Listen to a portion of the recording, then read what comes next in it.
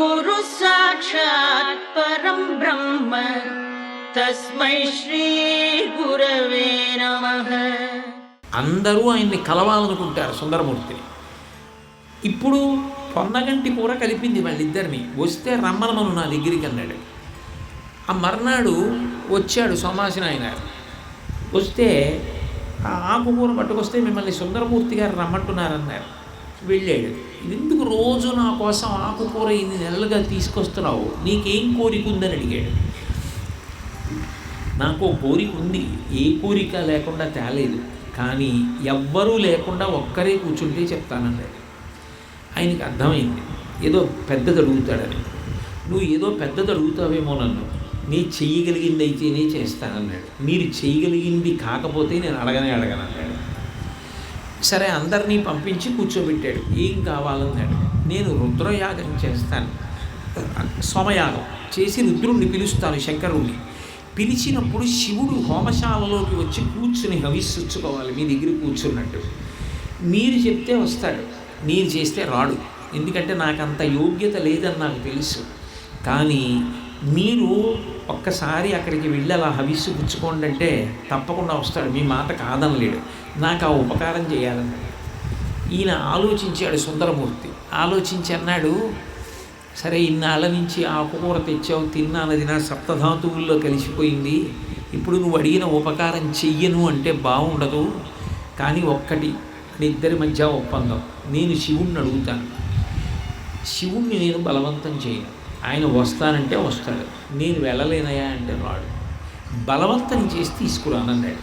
అంటే నాయనారు అన్నాడు, మీరు అడిగితే రానని శివుడు అంటాడా? మీరు అడగాలే కానీ రాను ఎందుకంటాడు? అడగండి చాలు అన్నాడు. ఆ మర్నాడు ఆయన పూజ చేస్తుంటే శివుడు వచ్చాడు. శివ, ఓ 2-3 నెలల నుంచి ఓ బ్రాహ్మణుడు ఆకుకూర తెచ్చాడయా, అది తిన్నాను. అతను కోరిక అడిగాడు, సోమయాగం చేస్తాట. అందులో మీకు హవిస్సు ఇచ్చినప్పుడు వెళ్ళి మీరు కొంచెం ఆ హవిస్సు పుచ్చుకోండి, తినండి అన్నాడు. నీకు ఎలా కనపడుతున్నాను సుందరమూర్తి? నేను వెళ్ళి పుచ్చుకోనా హవిస్సు?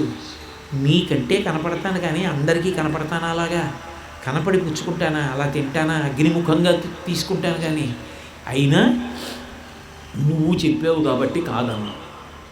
మామూలుగా అయితే వెళ్ళకూడదు, కానీ నువ్వు చెప్పావు కాబట్టి వెడతాను. కానీ మన ఇద్దరి మధ్య ఒప్పందం, నువ్వు నాయనారికి చెప్పకూడదు. నేను శివుడిగా వెళ్ళను, నా ఇష్టం వచ్చినట్టు వెళ్తాను. గుర్తుపట్టడం అతని ఇష్టం, ఇది నువ్వు అతనికి చెప్పకూడదు. అలాగే చెప్పను, దానికే ఉంది అని వస్తానన్నాడు. లేవయా అన్నాడంతే. అది గురువు యొక్క గొప్పతనం. ఎవరిని? శివుణ్ణి హవిస్సు తీసుకోవడానికి వస్తాడు లేవయా అన్నాడంటే ఒక గురువు గొప్పతనం సనాతన ధర్మంలో ఎలా ఉంటుందో చెప్పడానికి ఇంతకన్నా ఏమిటి ప్రమాణం కావాలి? సోమయాగం మొదలెట్టాడు నాయనారు. మొదలెట్టి చేస్తున్నాడు. రుద్రమంత్రాలు వచ్చాయి. ఆ నమక చమకాల దగ్గరికి వచ్చి ఒక్కొక్క అనువాకంలోంచి స్వాహాకారంతో హవిస్సులు ఇవ్వడం మొదలెడుతున్నాడు.